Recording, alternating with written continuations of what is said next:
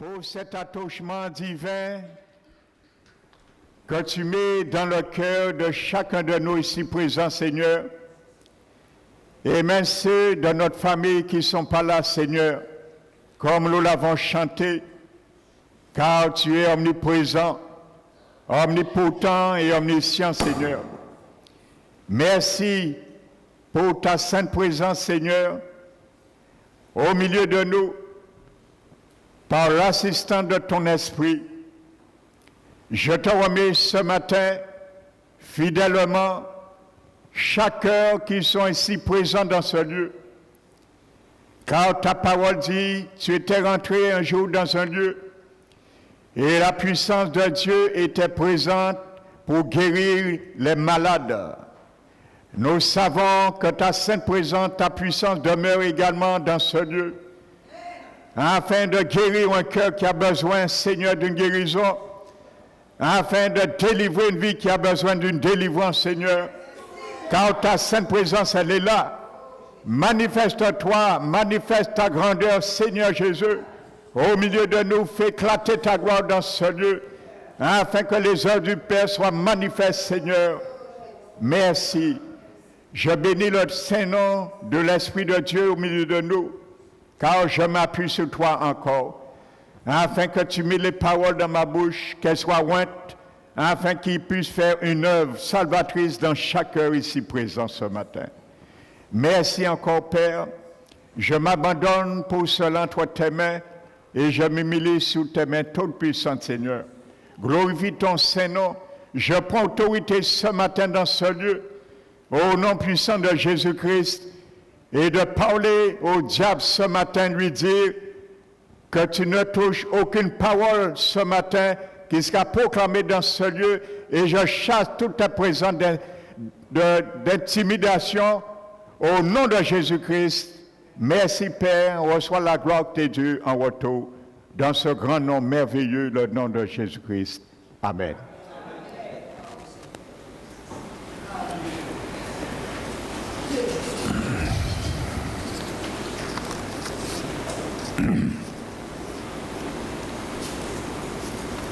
Je bénis le nom du Seigneur. Je bénis chacun de vous ce matin, et particulièrement ceux et celles qui nous visitent ce matin. Amen. Donc, soyez les bienvenus ce matin. Donc, je vais préciser, malheureusement, que le message de dimanche dernier n'a pas été enregistré car il y a eu un problème technique sur la sono. Mais le Seigneur m'a mis à cœur, pour donner ce même message, je vais prendre quand même deux concepts qui sont quand même très favorables à nous, surtout parents. Et je vais donner un nouveau message, bien sûr. Mais le thème de ce message s'intitulera « Reçois et reste ». Alléluia. Dans le conseil de Dieu. Amen. Reçois et reste, demeure dans le conseil de Dieu. Alléluia. Et je crois que ça sera favorable pour chacun de nous. Amen. Quand la Bible dit que toute écriture est inspirée de Dieu. Alléluia. Donc littéralement même, ce n'est pas vraiment le mot inspiré, mais c'est le mot aspiré, soufflé par Dieu. Donc Dieu souffle à travers sa parole quelque chose pour toi et moi. Donc toute écriture est inspirée de Dieu, utile pour convaincre, instruire, corriger et instruire. Amen. Donc il y a plusieurs aspects pour cela, afin que l'homme de Dieu soit comme dans toutes ses œuvres. Alléluia. Donc comme le titre s'intitule le conseil, il y a le concept de conseil. Nous allons reprendre Jérémie 23. Amen.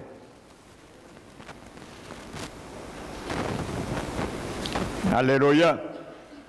Donc vous comprenez quand j'insiste parfois que nous devons faire l'effort de toujours venir le dimanche ou même le vendredi. Alléluia. Parce que vous ne savez jamais. Par exemple, ceux qui n'étaient pas là dimanche, ils ont perdu les clés qui étaient données dans ce message, parce qu'elle n'a pas été enregistrée, indépendamment de notre bonne volonté, bien sûr. Amen. Donc, prenons le livre du prophète Jérémie, chapitre 23. Amen. Et le verset 18 et 22. Donc, je le réitère. La Bible dit, qui donc a assisté au conseil de l'Éternel pour voir? Donc, ça veut dire, Dieu t'invite à assister à son conseil pour voir certaines choses que nous ne pourrons pas voir sans être assistés par son conseil ou dans son conseil. Nous sommes d'accord? Pour écouter sa parole. Amen. Qui a fait attention à sa parole qu'il a entendue? Et aujourd'hui, beaucoup ne prennent pas égard à ce qu'ils entendent de la parole de Dieu ou par la parole de Dieu. Et il dit, s'ils avaient assisté à mon conseil, alléluia. Mon frère, ma soeur, ce matin, toi qui es là, sois gourmand pour assister au conseil de Dieu. Sois gourmand. Alléluia. Vous savez, si on met des friandises sur une table, il y a des enfants, et on dit, servez-vous.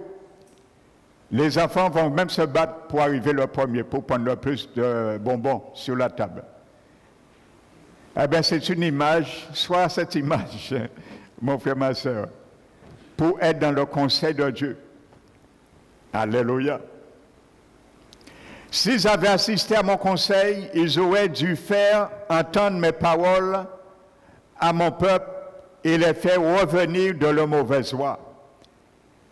Et ça, je l'appliquais dimanche dernier, précisément au papa, parce que j'avais porté un message pour bénir les papas. Pour dire que, en restant dans le conseil de Dieu, tu peux faire tes enfants revenir dans leur mauvaise voie. Tes petits-enfants revenir de leur mauvaise voie. C'est ce qui m'a marqué mon peuple, les enfants d'Israël. De la méchanceté et de leur agissement. Donc déjà, c'est une clé pour moi et toi dans notre prière pour nos bien-aimés. Assister au conseil de l'Éternel peut faire, lorsque nous recevons, nous prêtons une bonne écoute et nous recevons des conseils de sa part. Ce sont des clés, des armes pour pouvoir mettre dans nos prières et qu'il y ait des retombées sur nos familles, sur nos enfants, nos petits-enfants, sur ceux et celles, les situations pour lesquelles que nous prions. Amen. Donc, le mot conseil dans ce verset, c'est le mot hébreu sod, parce que l'Ancien Testament a été écrit en hébreu et le Nouveau Testament en grec. Et aujourd'hui, il a semblé bon de compiler l'Ancien Testament dans la traduction qu'on appelle les Septante. Aujourd'hui, qu'on trouve la Bible de Septante. Pourquoi le mot Septante? Parce que Septante en hébreu veut dire 70. Amen. Donc, pour traduire cette Bible hébreu en grec, on a eu 70 interprètes, 70 savants interprètes pour le mettre dans le grec. C'est pour ça que la Bible porte son nom Septante. Il y a eu 70 interprètes pour interpréter l'hébreu et le mettre en grec. 70 biblistes. Alléluia. Donc c'est pour cela que ça s'appelle la Septante. Donc ce mot sod, qui est traduit par conseil, veut dire, il désigne un conseil secret ou privé. Vous savez, je prends un exemple, vous savez, lorsque par exemple, la franc-maçonnerie ou une loge quelconque, ou même un gouvernement, se réunissent en privé, c'est pour bien souvent donner des conseils, et bien souvent ces conseils ne doivent pas sortir plus loin que la sphère que ce conseil est sorti. Donc c'est un peu comme ça. Alléluia. Donc ça désigne un conseil secret ou privé. Ça veut dire que Dieu veut te faire entrer, mon frère, ma soeur, il veut me faire entrer dans son conseil privé, dans son intimité, pour connaître des choses que les autres n'ont pas. Pour connaître, recevoir des révélations que d'autres n'ont pas. Alléluia. Vous savez, parfois, on dit à certaines personnes, le Seigneur m'a dit. Il te dit, la personne te dit, mais comment le Seigneur t'a dit? Comment tu as fait pour le Seigneur te dire ça? Parce que tu étais dans son conseil. Tu étais en privé avec lui. Alléluia, en dialogue, en communion, et il t'a révélé des choses. C'est pour ça que le Seigneur me révèle beaucoup de choses dans la prière. Que ce soit dans l'Église, que ce soit dans la vie de certaines personnes de l'Église, ou même des gens qui me demandent assistance à leur situation. Alléluia, donc c'est une réalité. Et je suis témoin de ces choses. Et je pense que chacun de vous, vous pouvez aussi témoigner cela. Je l'espère. Car si tu n'as jamais reçu, pendant des années, tu es dans le Seigneur, aucune révélation dans le secret avec le Seigneur, demande, interpelle le Seigneur pour cela. Hein? Amen, mon frère, ma soeur. Qu'il soit principe parmi nous. Donc ça représente, veut dire ce mot, sod veut dire également un cercle familial dans lequel les secrets sont partagés. Alléluia. Et nous savons, nous sommes enfants du Seigneur. Le Dieu Père est notre Père. Nous sommes sa famille, donc il n'a pas peur de partager des choses avec nous. La Bible dit les choses cachées appartiennent à Dieu. Et les choses révélées à ses enfants afin que nous les pratiquions. Donc il y a des choses cachées de la Bible. Parce que Dieu n'a pas tout mis dans les 66 livres de la Bible. Amen. Donc, dans le secret, Dieu peut nous révéler des choses qui sont cachées à notre vue selon la parole. Mais il peut nous les révéler dans le secret. Alléluia. Parce que la Bible dit les choses révélées appartiennent à ses enfants. Amen. Donc, il y a des choses qui n'est pas dans la Bible. Alléluia. Et le Seigneur révèle, frères et sœurs. Alléluia. Le premier jour, je vous ai dit que je ne connaissais rien sur l'enfer. Et j'étais même dans une église pendant 18 ans qu'on me prêchait que l'enfer n'existe pas. C'est le Seigneur lui-même, quand il s'est révélé à moi, et il m'a dit, tu sais mon fils, si tu meurs dans cette condition, tu connaîtras l'enfer. Et vous savez, c'est là que j'ai ouvert ma Bible et j'ai cherché dans la Bible qu'est-ce que l'enfer, parce qu'on ne me l'avait jamais enseigné. Et vous savez, quand je suis tombé sur l'histoire de Luc 16, c'est le Seigneur qui m'a éclairé. Quand j'ai vu dans le séjour des morts, il y a le sein d'Abraham et le lieu de tourment, c'est là que j'ai reçu cette révélation. En enfer, il y avait 2 lieux. Et après, finalement, je l'ai compris à travers d'autres révélations. Amen. Donc, c'est ça que ça veut dire, frères et sœurs. Cela désigne également, je prends du temps sur la définition de ce mot conseil, qui est traduit par conseil pour aller plus loin, pour comprendre la suite. Il désigne également ce mot une séance ou un groupe de personnes rassemblées en délibération étroite, intimité. Un cercle d'amis, ça veut dire intimité avec Dieu, s'asseoir ensemble. Alléluia. S'asseoir ensemble. Ça veut dire que le Seigneur nous fait asseoir ensemble pour écouter sa parole. Amen. Et je disais que l'expression en hébreu « se tenir devant le Seigneur » signifie attendre. Ça, c'est important pour nous, parce que la chose qui est plus difficile à attendre, c'est attendre. Je le répète, la chose qui est plus difficile d'attendre, c'est attendre. Alléluia. Donc cela veut dire attendre avec attention le moment où on va entendre le message que Dieu veut nous délivrer. Ça veut dire, je peux être dans le conseil de Dieu aujourd'hui pour une demande, une requête, une information, une précision, une révélation. Je ne le reçois pas aujourd'hui. Mais ça ne veut pas dire que je ne demeure pas dans le conseil de Dieu. Je viens demain, je réitère cela et je vois comme s'il y a le silence et ainsi de suite. Mais un jour, je reçois maintenant la révélation.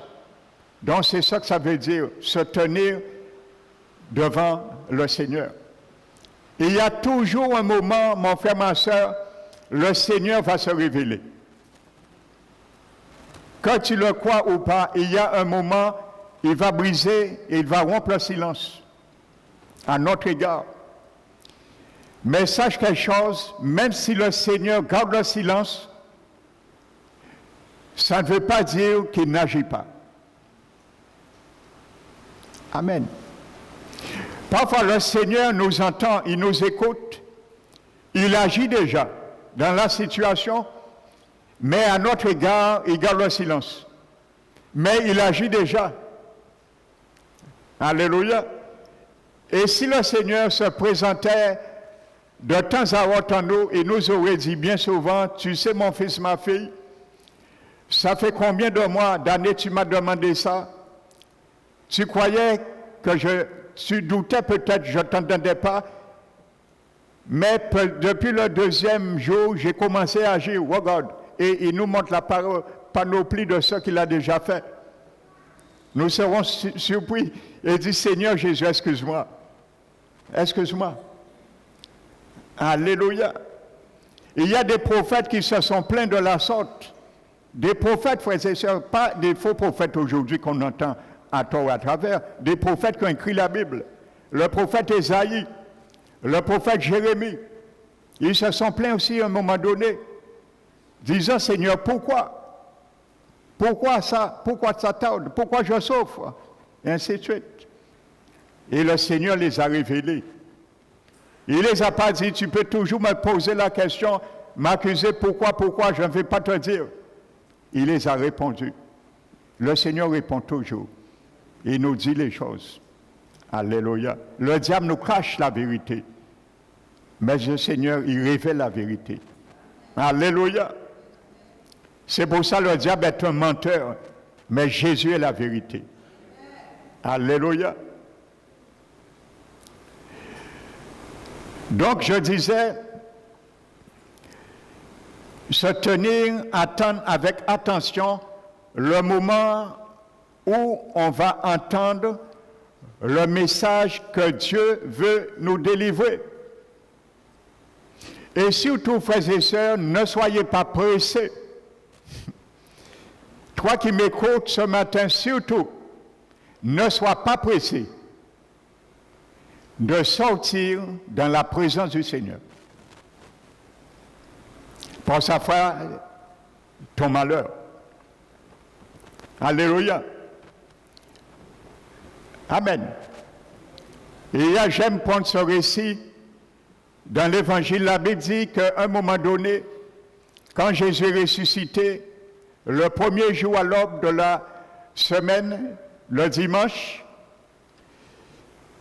Marie de Magdala et l'apôtre Jean et Pierre sont venus voir Jésus ressuscité. Marie est venue et il les a annoncé Jésus. Donc elle est venue. Premièrement, elle a attendu. L'apôtre Pierre et Jean sont venus. Les trois ont vu un miracle. Les trois, ils ont vu le miracle de la résurrection de Jésus. Comment ils ont vu le linge de Jésus devant la tombe. Donc ils ont vu le miracle. Donc ils savaient Jésus est sorti de la tombe. Mais Pierre et Jean étaient pressés de sortir dans la présence du Seigneur. Ils sont partis. Mais Marie, elle était venue pour un but. Elle voulait voir Jésus. Elle est restée, elle. Alléluia. Et pendant qu'elle était en train de se baisser, et à ce moment, l'ange, le Seigneur, se présente. Amen. Donc, ils ont trois vu le miracle, mais une seule a rencontré Jésus. Alléluia. Donc, il y a ceux qui voient des miracles dans les églises, mais qui ne rencontrent jamais Jésus. Vous savez, parfois le miracle ne nous fait pas rencontrer Jésus. Le miracle, bien sûr, c'est un signe qui authentifie et qui témoigne l'évangile, oui. Mais beaucoup de gens ont été sauvés, même dans la Bible. Il n'y a rien de nouveau sous le soleil. Des gens que Jésus a sauvés, des gens que Jésus a délivrés, des gens que Jésus a donné des membres même qui manquaient. La Bible dit quand Jésus est ressuscité, il a paru en personne à 450 personnes. En personne. Sans compter la quantité de gens que Jésus guérissait.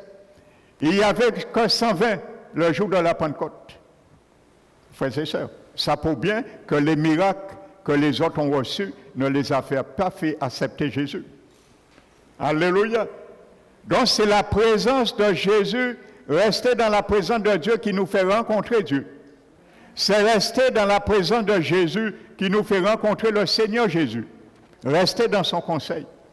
Ne soyons pas prêts, surtout ne soyons pas plutôt pressés de sortir dans la présence du Seigneur. Beaucoup se sont précipités de sortir dans la présence du Seigneur et ils ont perdu leur guérison. Ils ont perdu leur délivrance. Ils ont perdu leur travail. Parce que le Seigneur avait un travail pour eux, pour elles, frères et sœurs.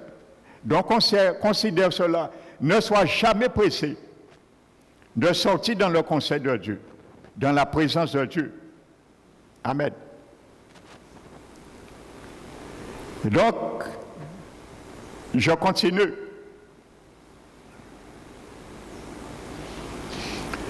Le deuxième concept, je le reprends, c'est le Proverbe 3, le verset 5 à 6. La Bible dit, confie-toi en l'Éternel de tout ton cœur. Quand tu rentres dans le conseil de Dieu, reste dans le conseil de Dieu. Parce qu'il va te fortifier, t'encourager à te confier en lui. Amen. Quand vous rentrez dans un cabinet médical, vous êtes fermé avec le docteur. Il vous écoute, ou elle vous écoute, et il vous parle. vous êtes dans un dialogue, un échange. Et bien souvent, le patient, le malade attend que le docteur le fortifie et lui donne de l'assurance afin qu'il se confie au docteur.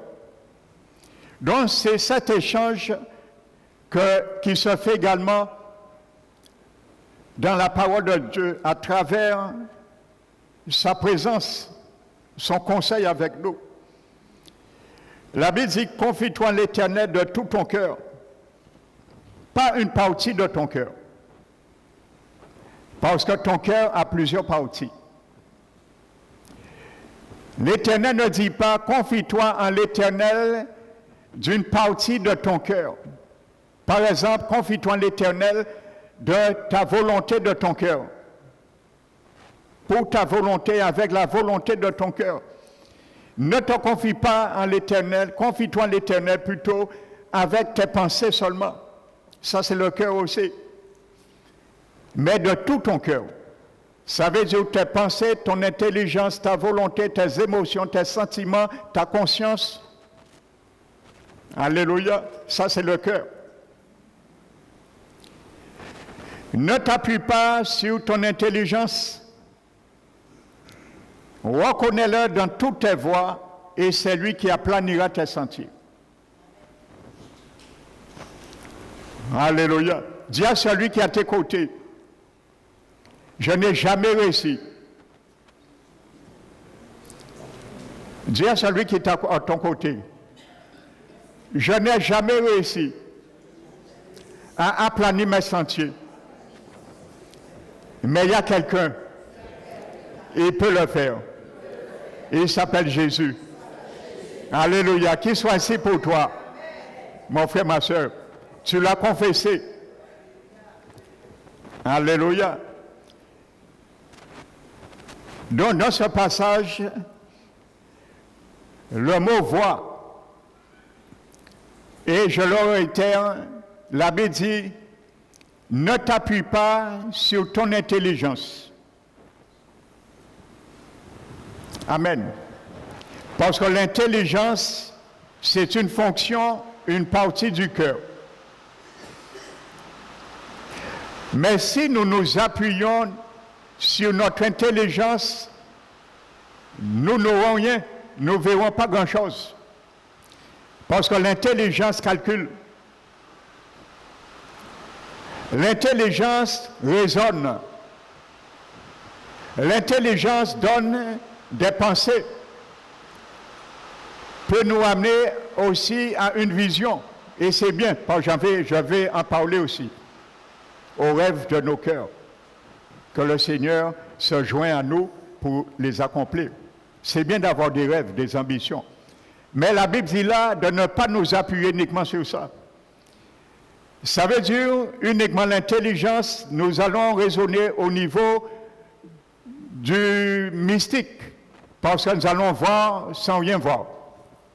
Mais il dit, de tout ton cœur, alléluia, confie-toi en l'Éternel de tout ton cœur, parce que l'intelligence va amener ma vie, va t'amener à prendre une décision, et je ne vais pas la prendre avec mon intelligence, mais je vais la prendre avec ma volonté. Alléluia. Donc c'est pour cela il dit avec de tout ton cœur. Alléluia. Confie-toi en l'Éternel. Non seulement il te fera penser, avoir de bonnes pensées, mais il va te donner aussi la conviction que quand tu vas prendre une telle décision à travers ce que tu penses, tu réussiras et tu verras la chose. Alléluia, c'est ça que ça veut dire, ce mot. Amen. Donc le mot voix veut dire, dans le grec, dans l'hébreu, c'est le mot direct qui est traduit là, dans toutes tes voies. Amen. Ça veut dire voyage au cours de la vie et un mode d'action. Dans tous tes modes d'action. Dans toute ta vie, le cours de ta vie, dans tes voyages, frères et sœurs, la Bible nous dit, appuie-toi, confie-toi en l'Éternel. dans toute ta vie, au cours de ta vie. Ça veut dire tout ce que tu veux entreprendre. Tes modes d'action, confie-toi en l'Éternel. Il est là pour cela. Il n'y a rien que le Seigneur ne peut nous orienter. Il n'y a aucune station d'arrêt que je peux me trouver. Actuellement, tu peux te trouver actuellement. Il n'y a aucune station d'arrêt que le Seigneur ne peut te retirer. Il y a beaucoup de gens qui sont dans des stations d'arrêt. Ils n'arrivent pas à sortir parce que le bus ne vient pas. Quand j'attends un bus, je suis dans une station d'arrêt. Parfois la pluie me mouille, il y a le soleil, mais je sais, c'est pour un moment, parce qu'il y a un bus qui doit venir et m'amener à ma destinée, à ma destination. Donc je sortirai un moment dans cette station d'arrêt.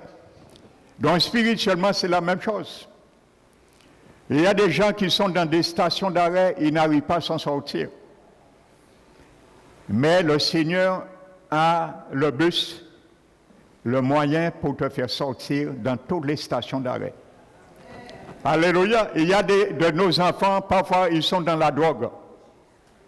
Et il y a beaucoup d'enfants de chrétiens qui sont dans la drogue. Même des enfants des serviteurs parfois. Ils sont dans la drogue.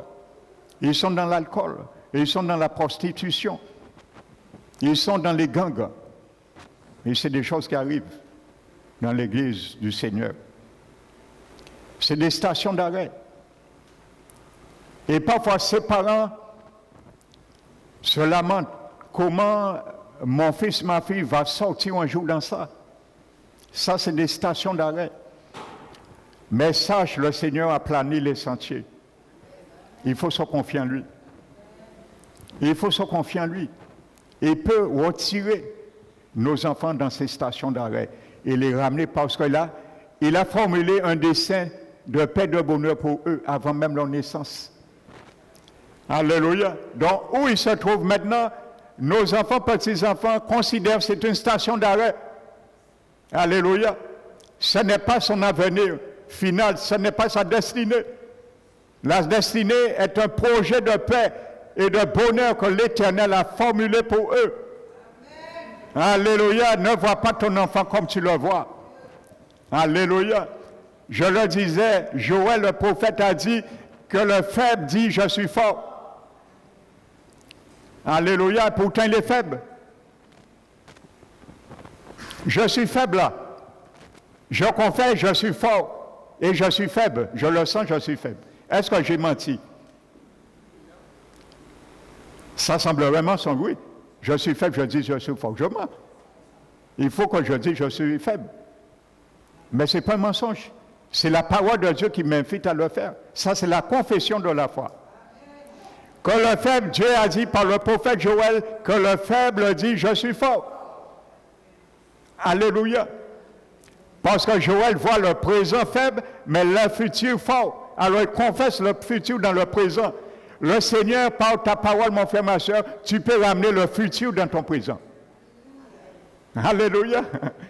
Tu peux ramener ton futur dans le présent, dans ton présent, par ta confession. Alléluia. C'est la même chose. Que le malade dit, je suis guéri. Alléluia. Que le malade dit, je suis guéri. Tu n'as pas menti.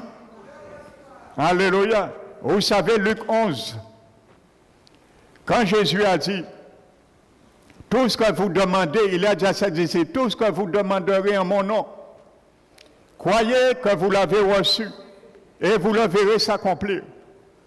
Vous savez, dans l'original grec, ce n'est pas croyez que vous l'avez reçu, c'est voyez.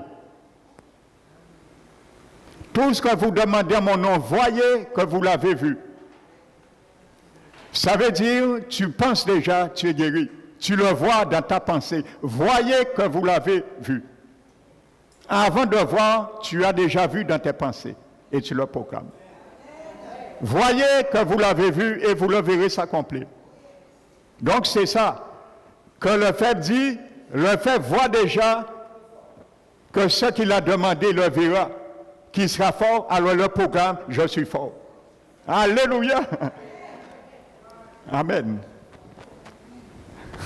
Alléluia. J'aime beaucoup prêcher sur la foi. Alléluia. Habakkuk a dit, mon juste vivra par la foi de mon frère. Par la foi de ma soeur. Qu'est-ce qu'il a dit? Mon juste vivra par sa foi. Ta foi t'appartient. Ma foi m'appartient. Mon juste vivra par sa foi. Alléluia. Amen. Donc c'est ça, ce mot direct veut dire. Et ce mot direct hébreu veut dire, je disais qu'il est utilisé dans un certain nombre de contextes bibliques avec l'idée de courtiser. Amen. Courtiser. Donc j'ai repris ces concepts, j'ai donné dimanche dernier, qui n'a pas été enregistré par ces fondamentales. Nous avons vu le mot direct, traduit par voie, veut dire au cours de la vie, dans les voyages. Imagine-toi que tu marches avec Dieu toute ta vie. Je vais prendre le contexte pour mieux illustrer. Courtiser. Ça veut dire que tu marches avec une fille que tu courtises.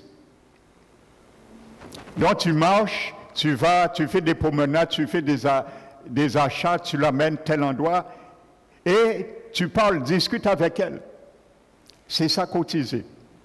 Eh bien, ce concept direct, le mot hébraïen veut dire que lorsque nous nous confions l'Éternel, c'est comme si nous ne cessons en fait de courtiser avec Dieu. Connaître ses profondeurs. Je parle spirituel, hein? Amen. Ne déformons pas ce que je n'ai pas dit. Amen. Donc, ça veut dire que lorsque nous courtisons une fille ou un garçon, c'est de deux côtés. Hein? Ce n'est pas les hommes seulement qui draguent des filles. Et il y a des filles qui draguent des hommes. Je mens? Non? Donc, c'est les deux côtés, d'accord? Donc, lorsque nous entrons, nous essayons de connaître les profondeurs, les affections, ainsi de suite de la personne. Eh bien, c'est ça qu'il faut comprendre à travers ce mot. Nous connaissons, nous essayons d'entrer dans l'intimité de Dieu, de son cœur. Et le Seigneur aime cela. Il chérit cela. Il dit, ah, mais mon fils, ma fille, un tel veut rentrer dans mon intimité. Comment je vais fermer mon cœur à cette personne? C'est pour ça que Jésus avait dit, quand tu rentres dans ta chambre, ferme la porte. Jésus ne parlait pas de la chambre physique. Hein. Il parlait de ton cœur. La chambre de ton cœur. Ferme la porte. Et dans le secret, ton Père t'écoutera et te le rendra. Alléluia, frères et sœurs. Il t'écoute. La chambre, le conseil, c'est ça, rentrer dans le conseil pour entendre sa parole. Courtiser, frères et sœurs. Nous avons courtisé beaucoup de choses dans notre vie. La drogue, pour certains, la cigarette, l'alcool, la caféine. Moi, j'ai courtisé personnellement ces choses, ces 4 choses. Mais beaucoup n'ont pas réussi à vraiment courtiser avec le cœur de Dieu. Alléluia. Et je reviens, continue dans ce proverbe 3.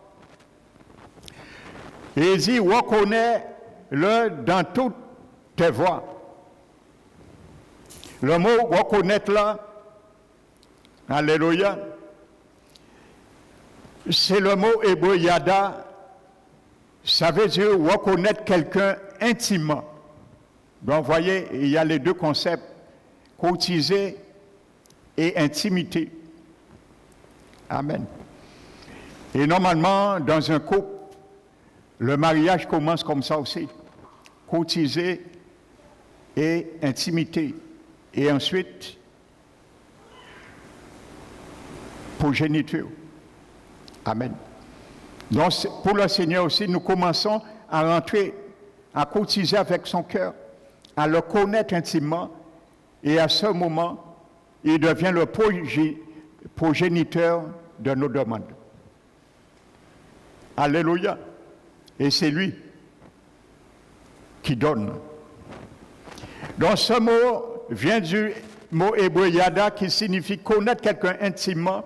Et je le disais, ce mot s'utilise pour désigner un homme et une femme qui s'unissent sur le plan sexuel. Et pourtant, c'est ce mot qui est traduit pour Dieu. Amen. Mais c'est d'un sens intimité et spirituel. Amen.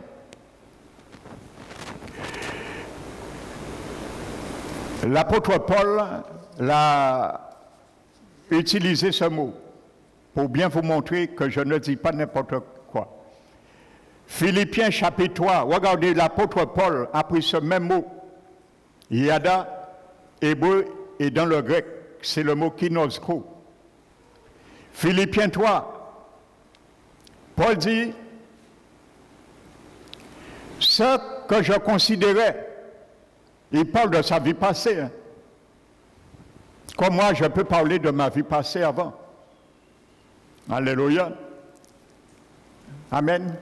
Ce que j'aimais dans le monde, les boîtes de nuit, la cigarette, les moments de discussion, de rencontre avec les camarades, les coups de main qu'on faisait ensemble, et ainsi de suite.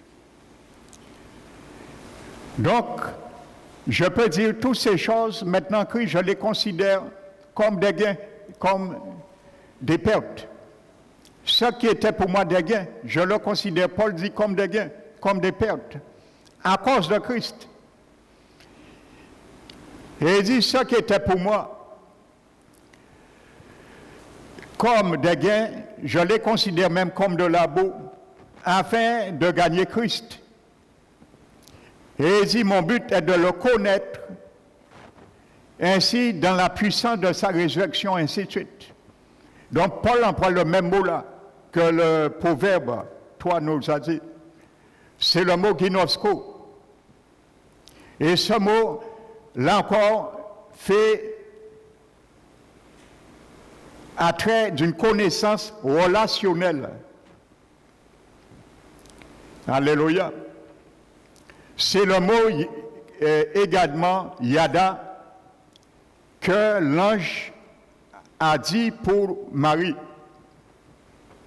Marie demanda à l'ange Gabriel comment elle pourrait avoir un enfant puisqu'elle n'avait jamais connu d'homme. Parce que Joseph, à l'époque, était son fiancé. C'est le mot yada. Vous voyez? Donc, ce n'est pas le pasteur qui dit n'importe quoi. Donc, Marie a dit à l'ange, comment je ferai pour avoir l'enfant? Parce que je n'ai jamais eu de rapport avec Joseph qui est mon fiancé. Amen. C'est le mot yada. Ça ici, deux hommes, une femme et un homme qui s'unissent dans le plan. C'est le même mot qui est traduit par Adam qui a reconnu Ève. C'est le même mot. Amen. Le mot ginosko, dans Luc 1, 34. Vous savez, dans Philippiens, qu'est-ce que Paul était en train de dire? Il était en train de dire qu'il avait abandonné tous les autres amours dans le monde pour courtiser Dieu. Amen. Alléluia. Pour bien courtiser Dieu, pour bien être dans le conseil de Dieu et le laisser aplanir nos sentiers, il faut abandonner tous les autres amours, les choses que nous aimons et que Dieu n'aime pas. Alléluia. Pour entrer en intimité avec lui, c'est ce que Paul a dit. Je veux pour connaître Christ. Frères et sœurs, il voulait aller encore plus profond avec Christ. Mais il y a des amours, il devait mettre à côté. Il y a beaucoup qui n'aiment pas mettre des choses à côté, des choses qu'ils aiment, des amours, pour entrer en intimité. Combien de filles qui vont accepter un homme qui la courtise et cet homme lui dit, tu sais, J'ai 3 copines, j'ai 3 gamines aussi, hein. Tu n'es pas la seule. Donc, ça fait, vous êtes 4. Quelle est cette jeune fille qui va accepter cela? Il va dire, non, non, nous arrêtons tout de suite. Si tu as déjà toi, soit tu les laisses, ou tu fais ta vie avec moi, ou je te laisse faire. Eh bien, Paul, c'est ce qu'il a dit par cela, le mot ginosko. Il a dit toutes ces choses, c'était ses amours avant il les met. Il les a mis de côté parce qu'il voulait être en intimité relationnelle avec Christ. Et il veut personne d'autre dans sa communion, dans son union avec Christ. Alléluia, c'est pour ça que le Seigneur aime que nous rejetons les choses du monde. Parfois, ça excite sa jalousie. Amen. Et sachez, au moment que Paul écrit Céline, il avait été transporté déjà au ciel. Il avait bénéficié de la révélation nécessaire pour écrire la majeure partie du Nouveau Testament. Paul avait déjà fait ses expériences. Pour lui, ce n'est pas fini. Il veut connaître plus encore Christ. Il n'a pas fini de courtiser avec Christ. Il veut rentrer dans son intimité. Après, Paul écrit cela. Alors, qui suis-je moi? Pour dire, je suis déjà rentré vraiment dans la connaissance avec mon Seigneur. Non. Paul, un modèle pour nous. Il avait déjà fait une expérience extraordinaire avec Christ. Il dit, il n'a pas fini de rentrer dans l'intimité avec Christ. Frères et sœurs. Alléluia. Paul avait vu Jésus en personne. Et pourtant, chose incroyable, il écrivait encore qu'il voulait connaître Dieu davantage. Mon frère, ma soeur, toi qui es là ce matin, n'épuisez jamais les profondeurs de Dieu. Tu ne finiras jamais à épuiser. Je finirai jamais à épuiser les profondeurs de Dieu. Alléluia. Plus tu vas puiser, plus tu iras en profondeur, plus tu auras soif d'aller plus profond.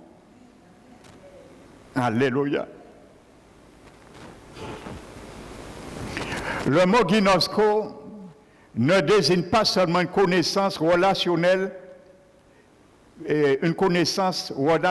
mais une connaissance relationnelle et progressive. C'est ça que j'insiste sur ce mot. Progressive. Ça veut dire, quand tu rentres, mon frère, ma soeur, je rentre dans le conseil de Dieu, ce n'est pas une fois pour toutes. Il y a des choses, nous allons en créer par progression.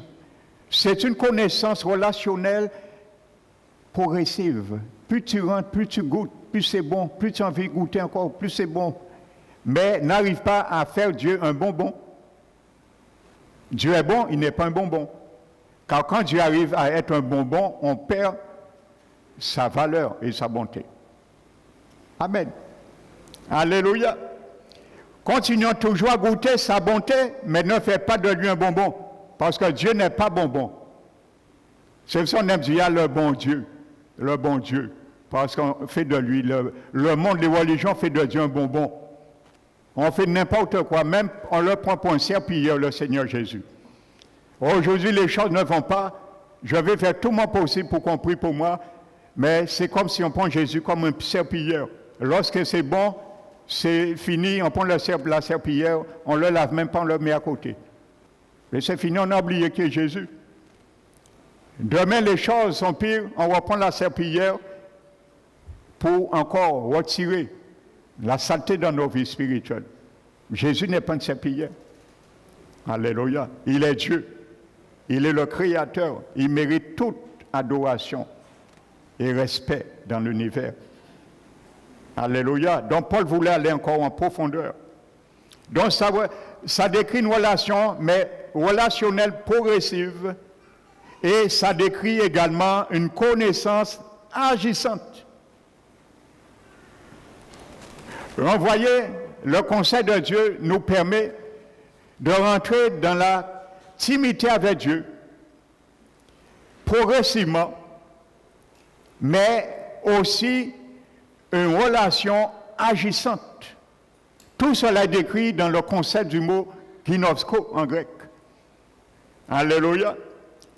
Donc ceux et celles que le Seigneur agit plus favorablement, plus, comment dirais-je, souvent dans leur vie, ce sont des gens, des enfants du Seigneur qui ont acquis cet état de choses, cet état d'esprit. Alléluia. C'est ça, Paul pouvait dire que la démonstration, ma parole ne consiste pas en parole persuasive de sagesse des hommes, mais une démonstration d'esprit et de puissance. Parce que Paul savait, il avait acquis quelque chose en cherchant. Donc Paul n'était pas, frères et sœurs, satisfait. Plus il allait, plus il pouvait aller encore chercher, fouiller, creuser. Alléluia. Prenons le proverbe 16.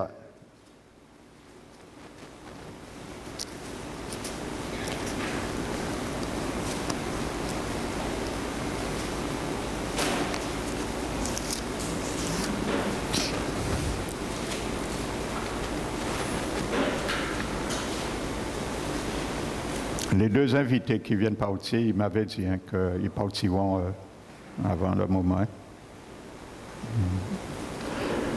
Proverbe 16, verset 3.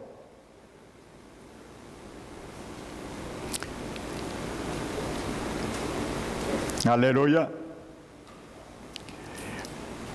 Là maintenant, quand tu viens, tu peux venir avec tes ambitions, tes projets, tes rêves. Pour toi, pour tes enfants, petits-enfants, ainsi de suite.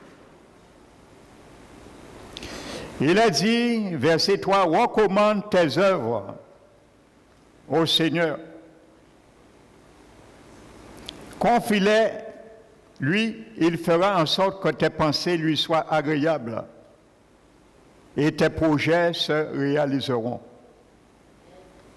Ça, je voulais la version Amplified Bible. Dieu nous dit qu'il va modeler nos pensées et nos projets. Il va modeler nos pensées et nos projets, les ajustant aux siens pour nous assurer la réussite. Amen. C'est pour cela le mot projet dans ce verset vient du mot hébreu qui signifie tisser, natter, mélanger.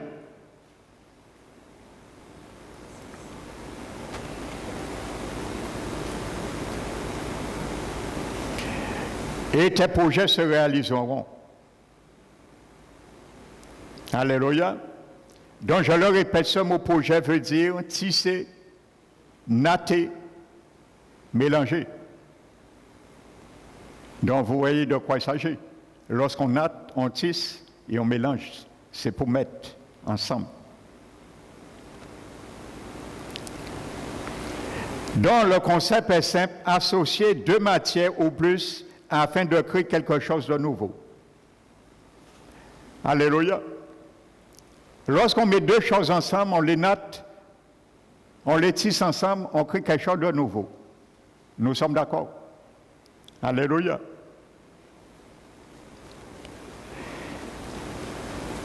Et lorsque cela fait référence à l'esprit, ça pense à l'association de plusieurs pensées pour former des projets. Amen, je vous décris ce concept hébreu, ce mot. Donc, ça comprend également les rêves.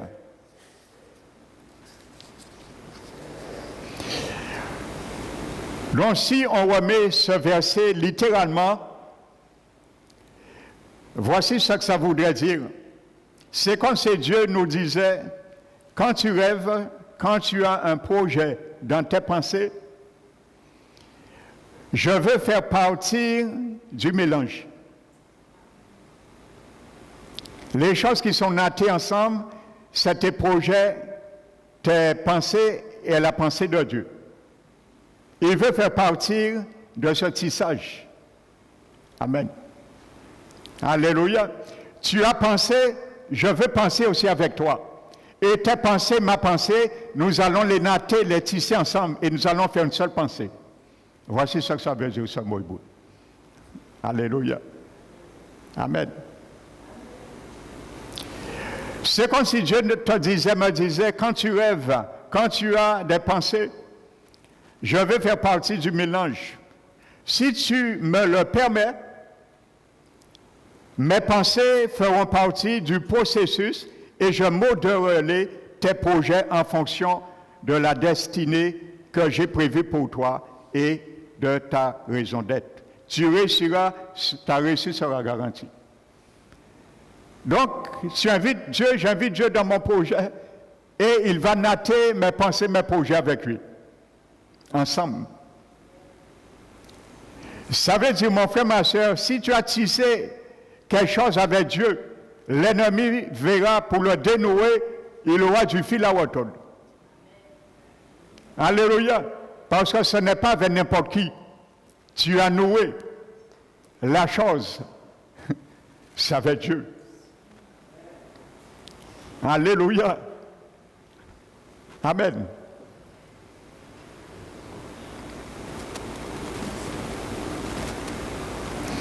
Le proverbe 19, 21 utilise le même mot. Amen. Et il dit, les humains font beaucoup de projets, mais c'est la volonté du Seigneur qui se réalise.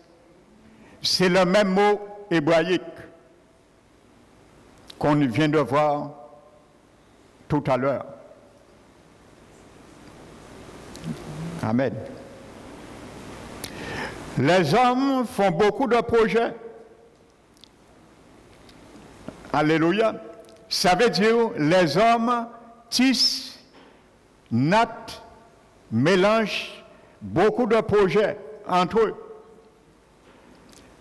Ça veut dire que je peux discuter d'un projet avec quelqu'un, les natter ensemble, parce que ça, ce mot veut dire. Les mélanger ensemble, les tisser ensemble, les natter ensemble. Mais la Bible dit que là, que le projet est sûr d'y arriver, c'est le Seigneur. Alléluia, qui le réalise. Il faut que sa volonté soit tissée avec les projets des hommes. Alléluia. Si je pense dans un projet comme Dieu pense, mon projet se réalisera. Parce que c'est la volonté du Seigneur qui se réalise. Mais si je pense et je réalise quelque chose, ça ne veut pas dire que ça réussira. Parce que je n'ai pas tissé avec le Seigneur. Alléluia. Donc la volonté du Seigneur n'est pas obligée de se réaliser pour nous dans ce projet. Parce que ce n'est pas tissé ensemble. Alléluia. Et quand nous restons dans son conseil, comme le premier verset nous avons vu, le premier proverbe, nous restons et nous aspirons ses conseils, ses projets, frères et sœurs. C'est pour ça que j'ai donné le titre à ce message. Alléluia. Reste et demeure dans le conseil de Dieu. Donc, lorsque nous faisons des projets, nous rêvons d'un avenir, faisons-le avec Dieu. Seigneur, j'ai ça en vue. Je le vois comme ça.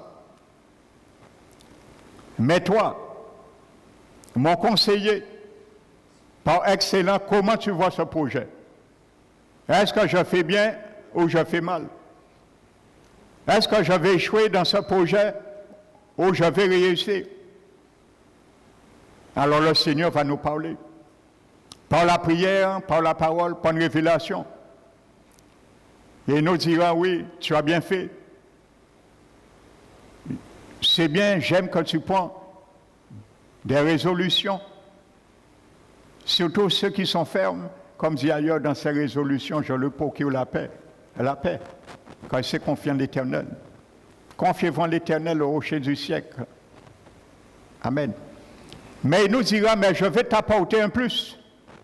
Et là, tu ne pourras pas échouer si tu arrives à les tisser, si tu veux les tisser avec moi. Et là, il va mettre son projet avec nous. Et ça deviendra un seul projet. Amen. C'est ça la Bible dit, lorsque le cœur, celui qui s'attache au Seigneur, devient avec lui un seul esprit. Le chrétien qui est né de nouveau, lorsqu'il s'attache au Seigneur, l'Esprit Saint qui est dans son esprit devient seul esprit. Les deux sont ici ensemble. Amen. C'est ça, lorsqu'un chrétien né de nouveau fait une œuvre, on ne peut même pas dire si c'est lui, son esprit même, qui a fait cette œuvre, ou si c'est le Saint-Esprit qui est dans son esprit. Quand on dit c'est lui, quand on dit c'est l'Esprit Saint, lui, c'est la même réalité. Amen. Ils sont mélangés. Alléluia. La Bible nous dit à un moment donné, dans, je crois, un texte qui me vient, Actes des Apôtres, chapitre 28. L'apôtre Paul, lorsque le navire, il avait averti, a fait naufrage, et s'est trouvé dans une ville à Malte. La Bible dit qu'il y avait un dignitaire dans cette ville qui était malade et qui était mourant. L'apôtre Paul, la Bible dit, il a imposé les mains. Et la Bible dit que l'apôtre Paul lui a imposé les mains et a guéri cet homme. La Bible ne dit pas que c'est Jésus qui l'a guéri. La Bible dit que c'est Paul qui l'a guéri. Amen. Alléluia. Donc voici une réalité. C'est pour ça que Jésus lui-même a dit, guérissez les malades, chassez les démons. Il nous donne l'autorité. Ça veut dire que quand c'est nous qui l'avons fait au Jésus, c'est la même réalité. Parce que l'Esprit de Dieu est mélangé avec mon esprit. Alléluia. Quand je bois un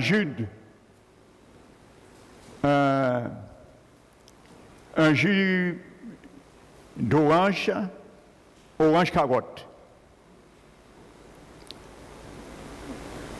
On met, par exemple, 70% de carottes et 30% de jus. On le mélange. Donc, au départ, c'était quoi? C'était 70% de jus de carotte, plus 30% de jus d'orange, au départ. Mais quand je le mixe, je les mélange ensemble, ça devient une autre chose. Ça ne devient plus jus de carotte, ni jus d'orange. Quand je bois, je ne dis pas j'ai bu du jus de carotte. Je ne dis pas j'ai bu du jus d'orange. Je dis j'ai bu du jus d'orange et du jus de carotte. Et je ne peux pas dire,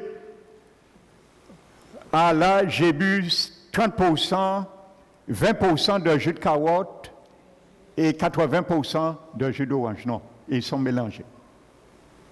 C'est la réalité. Frères et sœurs. Amen. Donc voici ce que ça veut dire. Donc lorsque Dieu nous révèle les faiblesses de notre vie, surtout aussi dans cette communion avec lui, ce n'est pas pour nous condamner. C'est son but de nous voir tourner la page et non de nous exposer. Ça aussi, je vais m'entretenir aussi sur ce conseil. Ça fait partie du conseil de Dieu. Parce qu'il y a beaucoup d'enfants du Seigneur, ils ne peuvent pas aller plus loin que Dieu veut qu'ils aillent parce qu'il y a un blocage. Alléluia. Et ça, ce déblocage, nous pouvons l'acquérir, l'aggraver aussi dans le conseil de Dieu, dans sa communion. Alléluia. lorsque nous continuons à cotiser avec lui. Alléluia. Il va nous dire, comme il a dit à certaines églises de l'Apocalypse, j'aime cela en de toi, mais ce que je te reproche, c'est ça. Ainsi de suite. Alors, repens-toi de là. Continue à faire ça, mais arrête ça. Repens-toi. Travaille sur ce domaine. Alléluia. Et David avait compris cela. Alléluia. Donc nous devons faire confiance au cœur de Dieu, parfois non à nos voix. Il ne fait jamais d'erreur, lui. Heureusement, il ne fait jamais d'erreur. S'il nous dit, je vais tisser mes pensées, mon projet avec tes pensées, ton projet, faisons-nous confiance, il ne se trompe jamais. Alléluia, il ne se trompe jamais. Le jour, il a dit à Jairus, je viens vers ta fille qui est mourante. Il allait, il s'est arrêté, la fille est morte. Jésus ne s'est pas trompé. Il n'a pas dit à Jairus, ah, excuse-moi, Jairus, oh là là, je m'étais trompé. Hein. Je t'avais dit que je vais venir guérir ta fille, mais entre-temps, la guérison n'est pas arrivée. Excuse-moi. Non. Malgré il y a eu une interaction, il a tiré une réaction dans l'interaction. Et il a fait l'action. Et l'action a été, il a ramené cette fille qui était déjà morte à la vie. Amen. Parce qu'il a refusé une situation. Alléluia. Donc pour amener une nation dans une direction, parfois, il faut refuser certaines choses aussi. Je l'ai déjà expliqué. Voici ce que le psalmiste nous dit, frères et sœurs. Et ça, je veux que tu parles ce matin, je parle ce matin avec cette analyse dans nos cœurs. Amen. Prenons le psaume 139.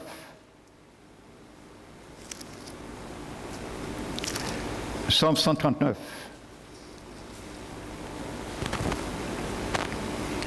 Versets 23 et 24.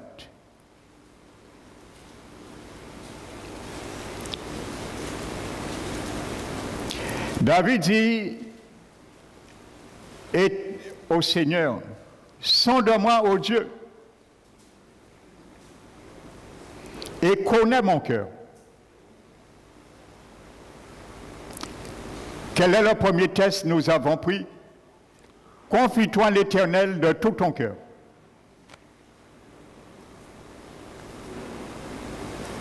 Amen. Donc parfois, pour que nous nous confions à l'Éternel, si nous nous confions à l'Éternel, c'est aussi pour qu'il nous montre ce qui ne va pas dans nos cœurs.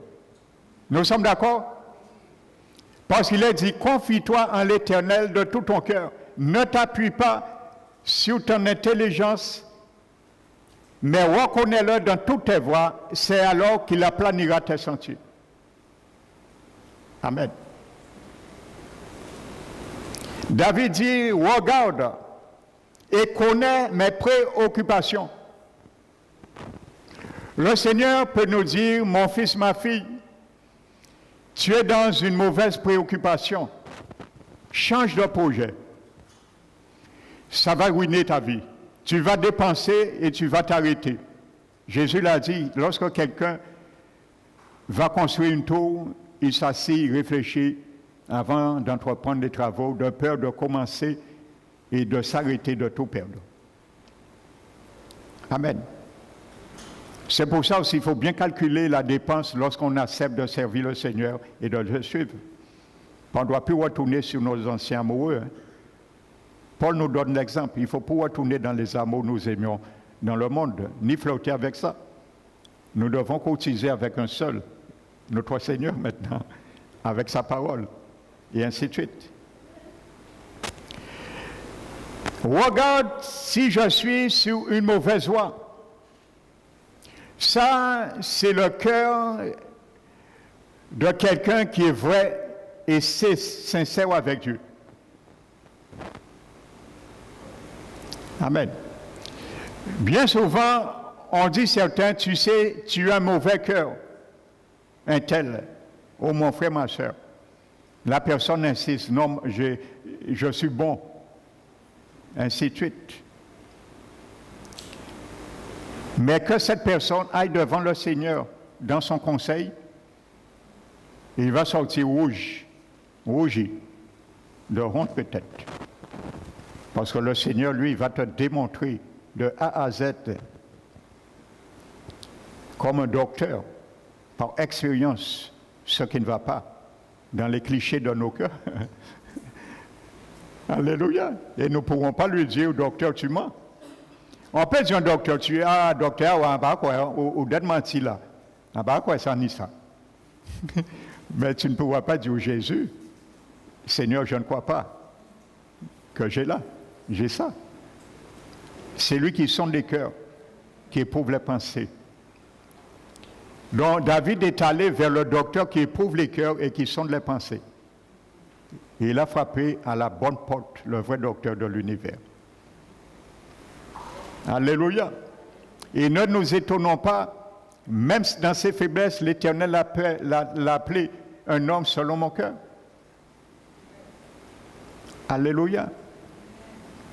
Parce qu'il cherchait, David cherchait dans le conseil de Dieu. C'est lui qui nous donne des révélations, comment entrer dans l'intimité avec Dieu. Il a été creusé dans les profondeurs du cœur de Dieu. C'est pour ça que Dieu pouvait dire, il est un homme selon mon cœur. Parce qu'il a été capable de rentrer dans mon intimité. David a été capable de rentrer dans l'intimité avec Dieu. Il savait courtiser Dieu. Alléluia. Il savait comment rester dans un rapport relationnel, progressif et agissante comme nous l'avons vu avec Dieu. Alors Dieu en retour pouvait lui dire que c'est un homme selon mon cœur. Que Dieu dise ça pour moi ce matin. Que Dieu dise ça pour toi, mon frère, ma soeur, ce matin. Alléluia. Que mon frère Claude est un homme selon mon cœur. Que le Seigneur le dit pour toi, ma soeur. Gervaise, que le Seigneur, que ma fille soit une fille selon mon cœur, et ainsi de suite. Mets ton nom, et chacun le dit ce matin. Alléluia. Merci Seigneur, ce matin, de faire de moi un homme selon ton cœur. Je le veux. Si tu le veux, dis-le aussi au Seigneur. Car comme Paul, je n'ai pas encore fini de connaître les profondeurs de mon Seigneur. Alléluia, frères et sœurs. Dans ce passage, je m'arrête ce matin-là. Le mot mauvaise vient du mot hébreu obzeb. Amen. Ce mot veut dire douleur mentale ou physique. Il y a beaucoup d'enfants du Seigneur. Ils n'avancent pas. Bien souvent, leur vie n'est pas épanouie, et spirituellement, maritalement, professionnellement, financièrement, tout ce qu'on peut dire, parce qu'il y a un problème mental, physique. C'est ce mot obstet, mauvaise. Et David voulait être sûr qu'il n'avait pas cette maladie en lui, de son âme. Il va consulter un médecin, un spécialiste, alléluia, qui était son Dieu. Alléluia. Donc, si nous n'allons pas devant Dieu dans le conseil, bien souvent, nous vivons des années avec ça, frères et sœurs, et ainsi de suite. Et nous ne le savons pas. Parce que nous ne nous interrogeons pas. Malgré le Seigneur essaie indirectement de nous interroger, nous refusons. Comme je disais, on dit, bon, mais ma soeur, mon frère, tu es négatif, hein? Tu parles toujours négativement d'un tel, ainsi de suite. voici simplement une ordonnance pour que nous réalisons qu'il y a quelque chose qui ne va pas dans nos cœurs. Par bien souvent, nous n'arrivons pas à rentrer dans le conseil de Dieu pour recevoir. Alors le Seigneur, par amour, il nous fait le recevoir quand même indirectement par quelqu'un d'autre. Le Seigneur a toujours des moyens de dialogue et de parler. Si une oreille est bouchée là, le Seigneur sait qu'il y a de l'espérance pour nous parce que l'autre oreille est au moins ouverte. Donc s'il ne peut pas parler par l'oreille droite, il va utiliser l'oreille gauche pour parler. Amen. Donc ça veut dire douleur mentale ou physique. Ça veut dire chagrin ou habitude néfaste. Habitude néfaste. Parfois, on a dans nos cœurs des habitudes néfastes. Et frères et sœurs, parfois, ça nous détruit. Ça détruit notre entourage, notre amitié avec autrui, notre relation avec autrui. Parce qu'il y a des habitudes néfastes. Et que seul Dieu, le grand médecin par excellence, peut sonder. Aucun généraliste, docteur, et scanner, IRM, la science la plus sophistiquée ne peut déceler cela que Dieu. C'est pour ça qu'il sonde les cœurs, car il regarde au cœur de l'homme. Il ne regarde pas l'apparence. Beaucoup ont de belles apparences, mais leur cœur a beaucoup d'habitudes néfastes. Alléluia. Et bien souvent, on est surpris de certaines personnes qu'on connaissait longtemps. Et brusquement, on entend la personne dévier dans son comportement, on est surpris. C'est parce qu'il y avait des habitudes en amont, des années peut-être néfastes qui étaient là. Frère, c'est ça. Alléluia. Je prends un exemple qui me vient. Vous savez, Monsieur Lameau, c'est un des conseils qu'il nous donne. Alléluia. Car bien souvent, il y a certaines personnes qui me disent, parfois, mon mari, ma femme, ainsi, ça. Et je leur dirai, ces choses, on va la trouver dans toutes les couples chrétiennes. Amen. Il n'y a aucun couple chrétien qui fait exception à la règle. Les conflits, les incompatibilités de caractère, ça va toujours exister. Et je vous le dis parce que c'est Dieu lui-même par la plume de Paul qui l'a dit. Amen. Vous savez, quand Paul, je fais une petite discrétion, quand Paul dit, il donne des conseils pour le mariage, pour le couple, pour les célibataires, pour les veuves, ainsi de suite, il donne certains contextes qui existaient de son époque, bien sûr. Parce que la Bible ne donne pas tous les conseils pour les couples, pour le mariage, divorce, ainsi de suite.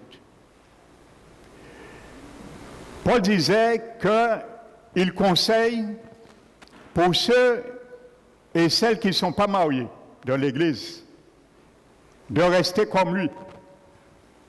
Ça ne veut pas dire que Paul n'était pas marié. Parce que moi, je crois que Paul était marié. Pourquoi je le dis? Paul était membre du Sanhédrin. À l'époque, c'est le Sanhédrin, le tribunal juif qui a crucifié Jésus. Et le Sanhédrin était constitué de 71 hommes. Et le président de cette tribunal était un souverain sacrificateur. Et à l'époque, c'était le souverain Caïphe. La loi du Sanhédrin juif, dans les documents rabbins, que je consulte parfois pour mes messages également, je m'édifie également, il est reconnu et il est stipulé que pour qu'on puisse rentrer dans le conseil du Sanhédrin, il fallait être marié. Déjà à 18 ans. Avoir au moins ce qui était facultatif. Ce n'était pas une obligation. Il fallait avoir au moins un enfant. Et Paul était dans le Sanhédrin. D'ailleurs, on l'a mandaté d'aller faire une extra-pédition pour les Juifs. Et c'est là Jésus l'a arrêté à Damas. Il était parti, il était mandaté par le Sanhédrin. Donc Paul était membre du Sanhédrin. Donc quand Paul dit, comme moi, il y a deux choses qu'on peut comprendre. Soit au moment que Paul écrit cette épître, sa femme est décédée déjà, ou soit son épouse l'a quitté du fait qu'il a quitté le judaïsme et s'est converti au christianisme. Amen. Donc je ferme la parenthèse. Pour venir, regardez ce qu'il dit. Il dit, moi, je conseille ceux qui peuvent ne pas se marier, c'est encore mieux de rester comme moi. Parce qu'il dit que ces personnes pourront servir le Seigneur sans contrainte. Et effectivement, lorsqu'on a des contraintes familiales, conjugales, c'est autre chose. Il dit, il sera déjà débarrassé de ça. Et Paul dit que vous aurez, en vous mariant, des tribulations dans la chair. On a compris que Paul disait, dans les envies, tout ça, c'est pas ça ce mot grec veut dire. Le mot tribulation dans la chair que Paul employait, ce mot veut dire incompatibilité de caractère entre les deux conjoints. Alléluia. Donc, Paul dit que celui qui reste célibataire, il est au moins soustrait de ce contraint. Frères et sœurs, alors si quelqu'un vient dire que mon couple est parfait, c'est un menteur. Ça n'existe pas dans l'Église. Alléluia. Donc, je ferme la parenthèse. Alléluia. Donc, j'ai fait une discrétion, je disais, quand je les conseille d'aller frapper à la porte de M. Lameau, oui, mais je me suis réveillé ce matin, je n'ai pas dit bonjour à mon mari, à ma femme, ça fait une semaine, elle ne me parle pas, il ne me parle pas. Oui, parce que j'ai voulu acheter quelque chose, elle ne voulait pas ça, ça fait une semaine, il ne me parle pas, ainsi de suite. Je dis, allez frapper à la porte de M. Lameau, et je leur donne 1 Corinthiens 13. L'amour ne fait pas, l'amour ne fait pas. Et Paul arrive, je crois, le verset 7. L'amour ne soupçonne point le mal. Pour venir, ça m'est venu, je n'avais pas prévu, il y a des versets que je n'ai pas prévu, l'Esprit, ça me conduit et je me laisse embarquer dans les vagues de son inspiration. L'amour ne soupçonne point le mal. Le mot grec est traduit par le mot soupçonne. C'est un mot à l'époque de Paul qu'on prenait pour parler de comptabilité. C'était un mot qu'un secrétaire comptable avait un registre de comptes et comptabilisait les comptes. Et mettait ce registre dans un tiroir, dans un placard, et qui était là pour consulter périodiquement lorsque des moments se faisaient ressentir, de temps à autre. Donc c'est ce mot que Paul emploie. Il dit, l'amour ne comptabilise pas les offenses et les fautes dans les tiroirs de nos cœurs. Alléluia. Et dans un couple, ce qui fait le plus de divorces dans les couples chrétiens, aujourd'hui, c'est le non-pardon. Parce qu'il y a beaucoup de comptes, de registres de comptes dans les tiroirs des cœurs des chrétiens aujourd'hui. Après 20 ans, vous allez entendre une femme ou un homme dire « Ouais, mais tu m'avais fait ça. » 20 ans s'est passé. Elle ou il n'a jamais fait mention de ça, mais un jour, il y a un petit problème. 20 ans, elle revient, 20 ans, 30 ans, tu m'avais dit ça, tu m'avais fait ça. Ils sont allés, elle est allée dans le tiroir de son cœur, il a ouvert le tiroir, et il a pris le registre de compte. Tu m'as fait ça, c'est écrit, c'est pas effacé. Voici ce mot grec que Paul employait. L'amour ne comptabilise pas dans un tiroir du cœur les comptes, les offenses. Ça, c'est l'amour. Alléluia. Donc, quand David a dit, regarde, s'il y a des choses, des habitudes néfastes en moi, je ne sais pas. Mais toi, tu le sais. Montre-le-moi, Seigneur. Alléluia. Et il y a des gens qui vivent des années dans l'amertume. On ne le sait pas, mais le Saint-Esprit le sait. Et il te fera le voir. Que tu le caches ou pas, il va te faire retirer un jour ce tiroir et jeter ce tiroir, parce que tu ne pourras pas rentrer au ciel avec des tiroirs. Il n'y a aucun chrétien qui rentre au ciel avec ces tiroirs dans le cœur. Je vous le dis, hein, j'ai déjà écouté trop de témoignages des chrétiennes et chrétiennes qui sont en enfer à cause de non-pardon. La Bible dit, et Paul l'a dit, pas Paul, Jésus l'a dit. Et il a dit, si vous ne pardonnez pas aux hommes leurs offenses, mon Père qui est dans les cieux ne vous pardonnera pas. Frères et sœurs, la Bible est claire, c'est Jésus qui l'a dit, ce n'est pas l'apôtre Paul. Hein. Jésus qui l'a dit. Alléluia. Ça veut dire douleur mentale ou physique, chagrin ou habitude néfaste. Alléluia. Et le corps médical même a reconnu 80% des gens qui sont rentrés en dépression. Les psychologues ont travaillé sur ça. Le corps médical le reconnaît. Ils ne connaissent pas la Bible, peut-être, mais l'ont reconnu par leurs études psychologiques.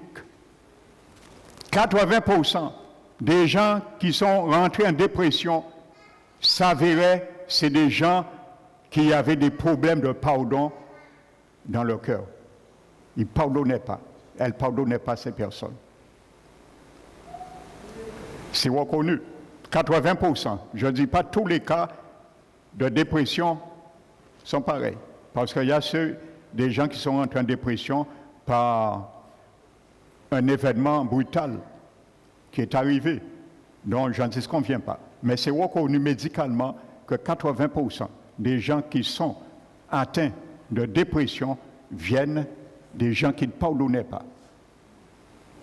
Et ça ronge, et ça fait un travail, et ça détruit la santé.